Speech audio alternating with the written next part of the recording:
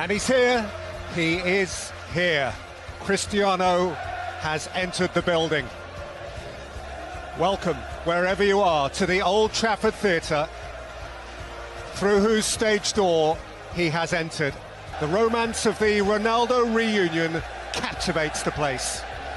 Manchester United prepare once more to unveil, to unleash the 21st century sporting phenomenon who is, again, theirs. Wreathed in red, restored to this great gallery of the game, a walking work of art. Vintage, beyond valuation, beyond forgery or imitation. 18 years since that trembling teenager of touch and tease first tiptoed onto this storied stage. Now in his immaculate maturity, CR7 reunited. So welcome to the richest club in the world, and indeed for now the noisiest. And then there's a game, an apparent detail within the broad brush of bravado. Newcastle are in the bottom three. They need points. So fantasy has indeed run into reality. It was fun for a while, but that's how it's going to be. This will become the roller coaster club. Roller coasters go down as well as up. So 3 horses, 2 horses, or just one blue thoroughbred romping away from the field. Perhaps today City grabbed this title race ruthlessly by the throat, never to let it go. Or perhaps, just perhaps, Chelsea wrench it back and refuel the notion of a thrilling 3-way dash for the line. Well, it is an absolutely gorgeous, glad to be alive November's day in England's northwest. The first proper crisp, cold, hats and scarves day of the Premier League winter. And as befits a meeting of the 2 true blues of Manchester and Merseyside, forever demanding of itself the gold standard in footballing excellence, but required also by those who covet their crown never to slacken their pace. There is no margin for error. Chelsea insist, Liverpool insist, City cannot slip, and City should not slip. So bring it on, fresh, fervent, fevered, how it always was, and how it's meant to be. Feel it. The Premier League's 30th season. You've heard of Brentford now.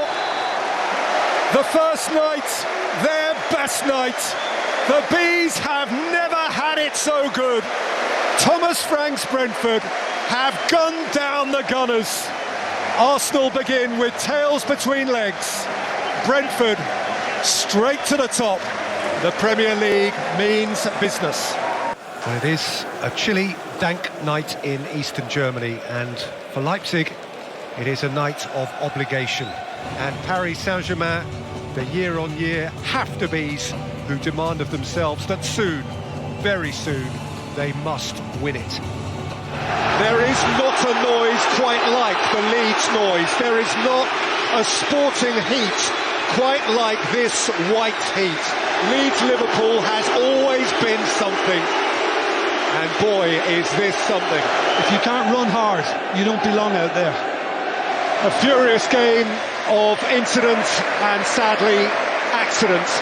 Liverpool in the end won it comfortably. Regardless of that, Leeds still haven't won, Liverpool still haven't lost. All of our best wishes to Harvey Elliott.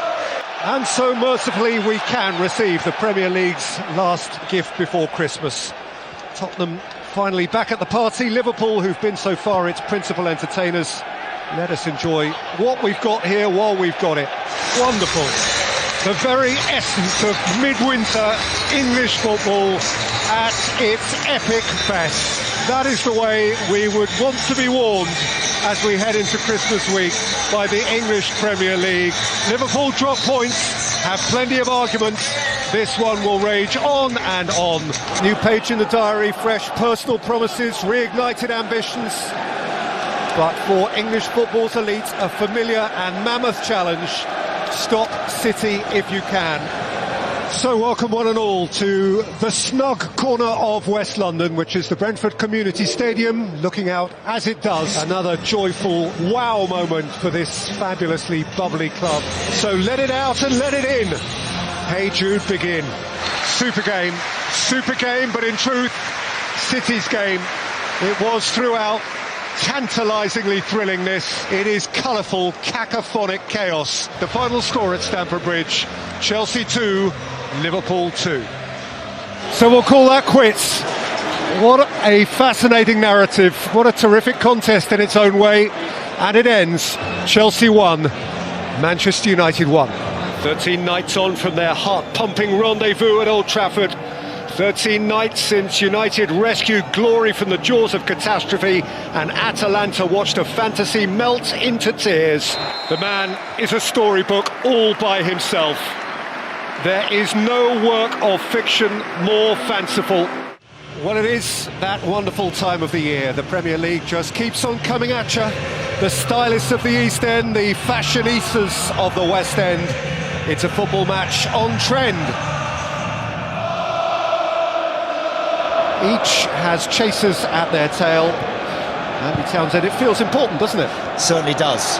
Let me tell you, for those of you around the world who don't understand the dynamic of this fixture, there is not much sweeter in the life of a West Ham fan than a victory over Chelsea. This is one of those that really matters. This is a people's game. They will be bubbling about this one for weeks and months to come. Hammer time! They feel this. Boys, bubbling.